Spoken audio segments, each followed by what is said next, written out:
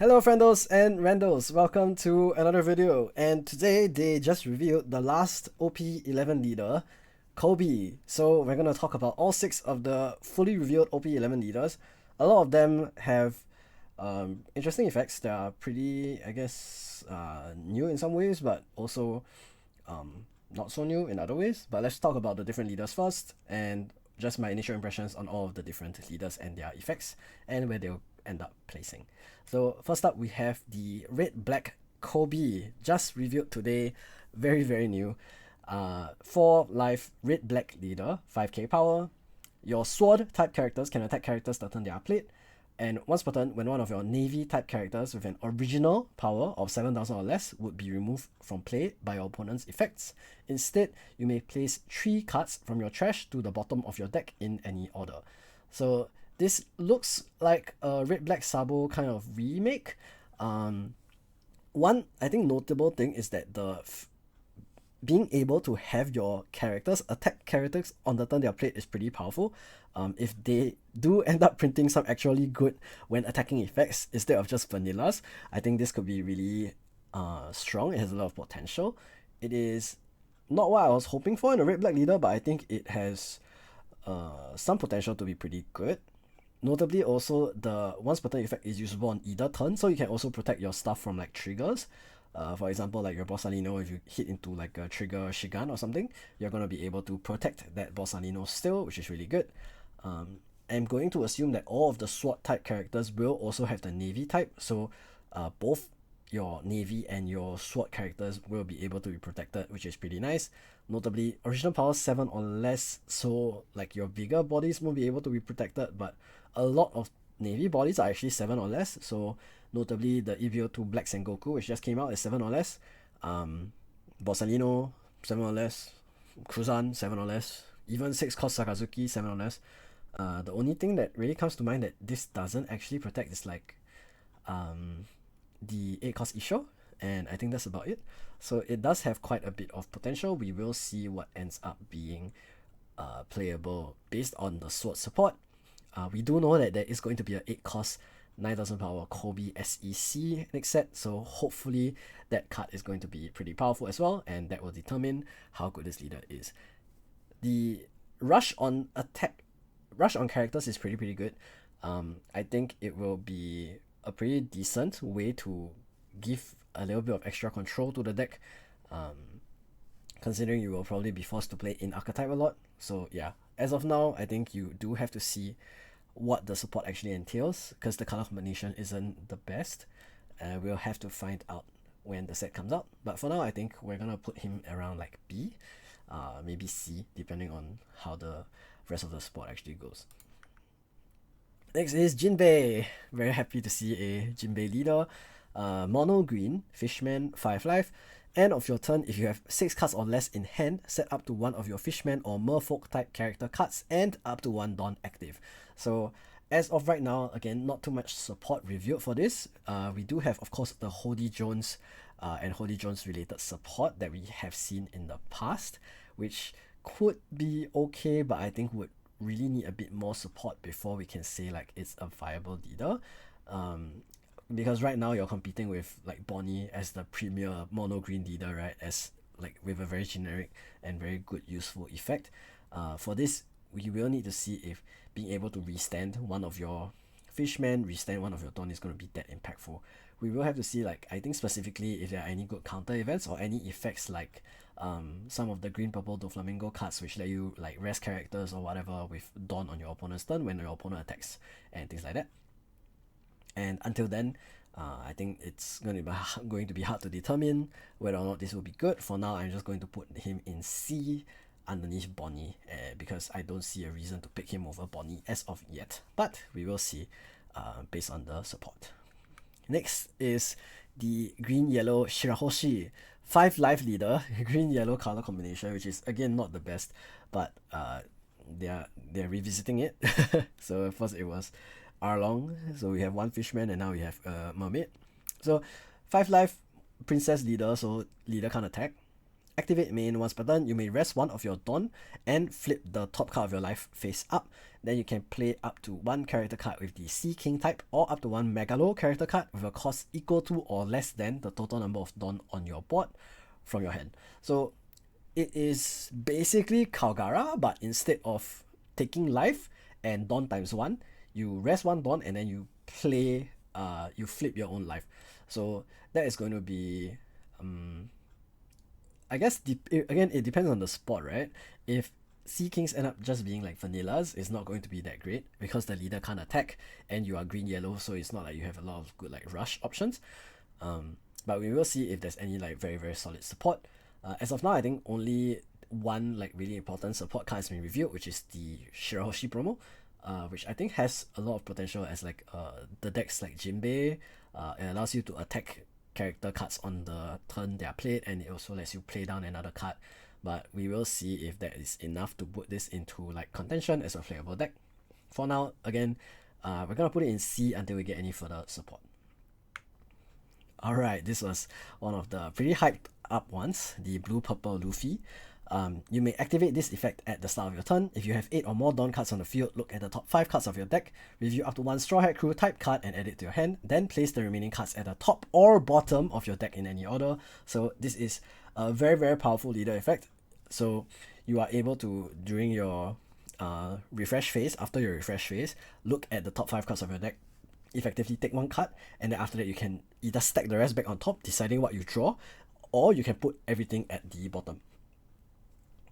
So very very good for just being a very consistent deck. Not only that, it's a 3 life 6k power leader, so just like red purple Luffy, we have now blue purple Luffy, which is you know, interesting. We have the red purple at the, I believe that the art there is from the Wano, the rooftop fight.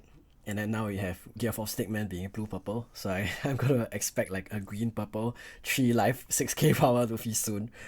Oh wait, we do have that. That's the EVO2 one. Yeah, okay, so we have the green-purple EVO2 6k power base Luffy. We have this blue-purple one, and then I think what we're missing now is a purple-yellow Luffy with 3 life 6k power. Okay, so I guess that's the next leader. Heard it here first, folks.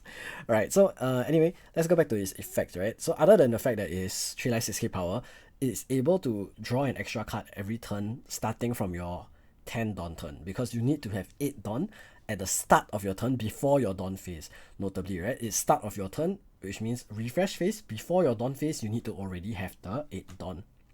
Now, the color combination, as well as the fact that you can scry like this, has led to a lot of different like combos being theorized already. The most common one you will see is probably 9 cost Sanji plus 9 cost Big Mom, which I think is a pretty strong combo. You are able to rig 9 cost Big Mom to the top of your deck, and then you are also able to rig the life that the Big Mom is going to heal to the top of your life. So I think that is a pretty powerful combo. We do have cards that are able to, of course, look at your top 5 and rearrange them already, not including just the leader's effect on its own, but you also have cards that are able to put cards from your hand to the top of your deck, which is pretty useful. So we will be looking at probably including some of these type of cards as well, so that we can make that combo a bit more consistent. Now, with a 6k base leader, you are going to be able to save a little bit on your hand cards in terms of counter, similar to how red purple Luffy would play as well. You want to ramp really early so that you can hit that 8 Dawn turn earlier, and then you will be able to draw the extra card every turn a little bit earlier as well. I think what's important is to make sure that you don't like hit 1 or 0 life even before that 8 Dawn turn, so that you can really use that power and that extra hand size to make sure that you maintain a lead. As of now, I think this is probably going to be like maybe an A tier leader. Like, it's going to be strong, but it's not going to be like S or like BIF or anything like that. I think that is reserved for the next leader that we're going to talk about, which is really really strong. But for now, blue purple Luffy seems like it would need to see a little bit more of like in archetype ramp support. So as of now, I think that you only really have Zorojiro to help you to ramp early. You do want to run, of course, like primarily Straw Hat Crew type cards so that you can ensure that you get the extra card draw per turn. We will see if they do end up printing any good support, and hopefully they do, and this leader can be really powerful, because I do enjoy the Sanji into something gameplay as a OP11 Mako player myself. Alright, next leader is something that has been getting a lot of buzz. Of course, we have blue, yellow, Nami. She is insane. Your turn was per turn. You may activate this effect when a life card leaves a life area. Draw one card if you have 7 or less cards in your hand. So, just free card draw every time you either deal damage or you use an effect that takes your own life or adjusts your own life. Very, very powerful. And then the secondary effect is down dice 1 on your opponent's attack. Once per turn, you may trash one card from your hand. This leader gains plus 2000 power during this turn. So it's not for the battle, it's for the entire turn. Nami becomes a 7k base leader. So very, very powerful. It's very strong defensively, because no matter what, you are probably going to, like, if you're going to counter anyway, now whatever card you use to counter, even if it's a 5k swing, becomes 2k counter. So you can use a no counter card as 2k counter, and not only that, but it becomes 2k counter for the entire turn. So your opponents have to make everything 7k in order to punch into you, which is very, very, very good. Not only that, the blue-yellow color combination is something that we haven't actually seen since Ace, and then before that it was Queen. And they both have very different like play styles in terms of how those leaders work. Nami's effect is actually very, very generic, so I can expect it to be a bit closer to Queen in terms of playing a bit more of like a turtley style. But again, the card pool has changed drastically since Queen was better. And if you guys weren't around to play against Queen, or like you didn't have the joy of playing against Blue Yellow Queen, Blue Yellow Queen was an extremely slow stall deck. It would just stall, and then it would play Sanji into Yamato, and then Sanji into Katakuri, and then control your board with like Red Rock and things like that, so that you didn't have a board to play, and they would just continuously heal back up.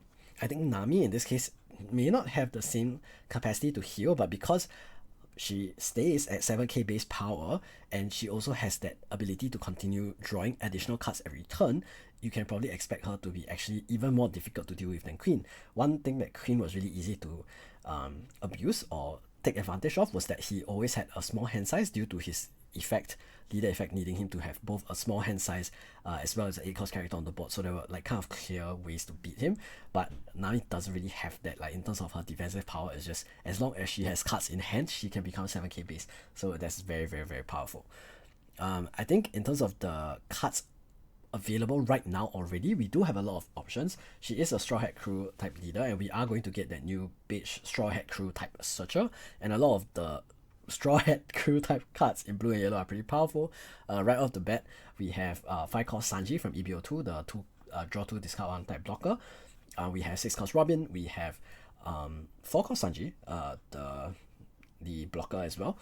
We also have Red Rock and Sanzen Sekai, which are great blue removal events.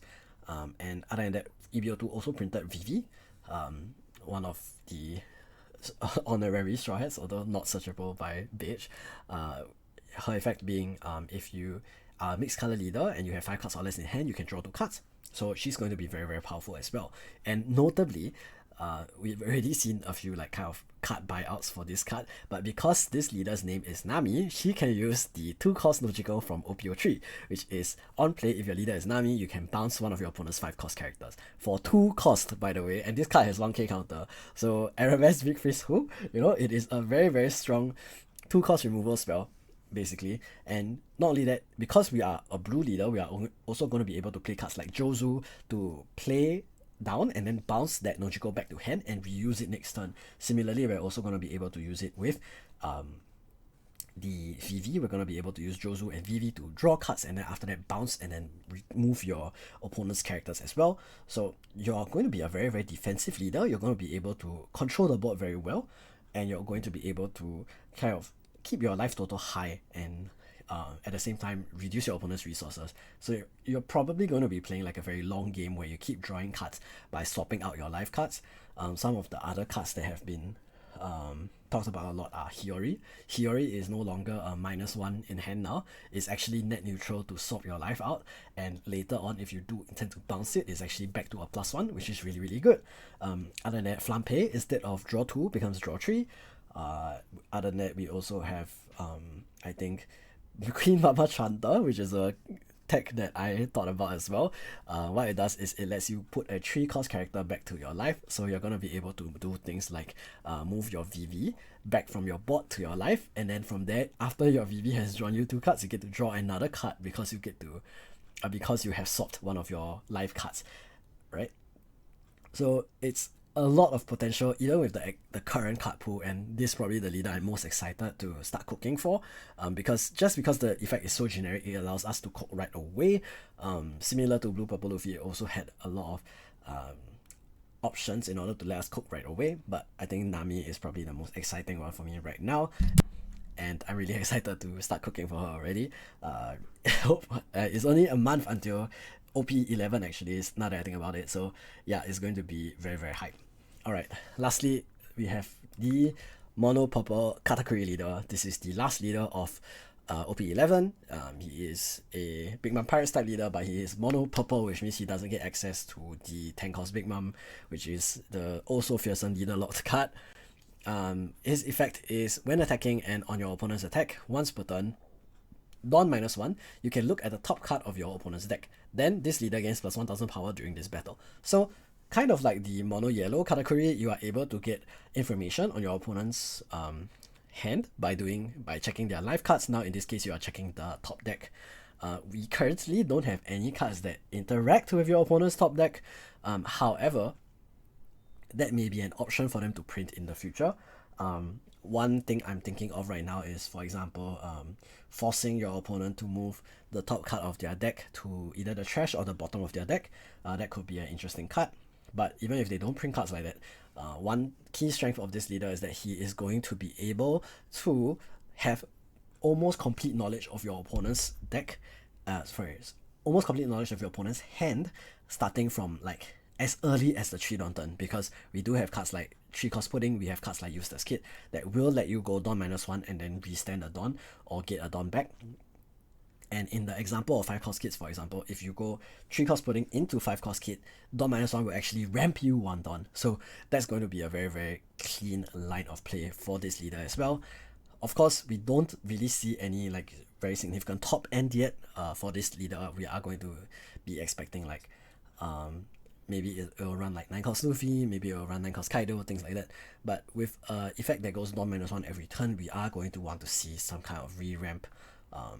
Technically, even if you don't re-ramp from your 9 Dawn turn onwards, you are able to use this Dawn -1 effect on either of your turns, and from 10 Dawn turn onwards, you can use it both on your turn and during your opponent's turn, just to make sure you cover all your bases as well. You get that 1k free every turn.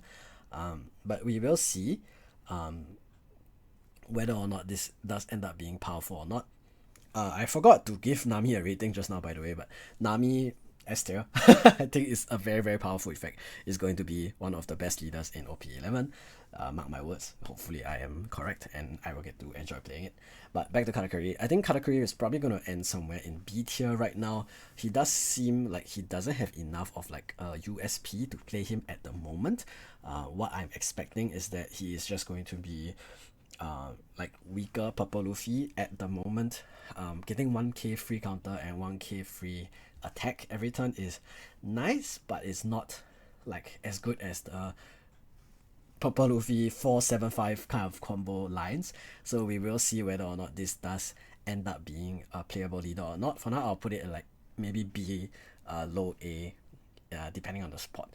So right off the bat, I think, just to recap everything, Nami at S, Blue Purple Luffy at A, and then Katakuri at B, Kobe at B, Shirahoshi at B, Jinbe at B, depending on the support. And that those 4, especially because I think all of them kind of aren't very clear in terms of like what kind of support they'll get. I think Katakuri is very generic, but the other 3 are all kind of archetype locked. So we will need to see the support before I can make a final conclusion. But Katakuri, as of now, without any support revealed, he does seem very mid, so I would expect him to be around like B or C tier. Now, that is all of the OP11 leaders. If you haven't been chronically online like someone like I am is, then maybe you haven't seen all of them, so I hope this was a good roundup for all of you. I'm really excited for the set to come out. I've been playing a bit more One Piece recently, So pretty excited for OP11.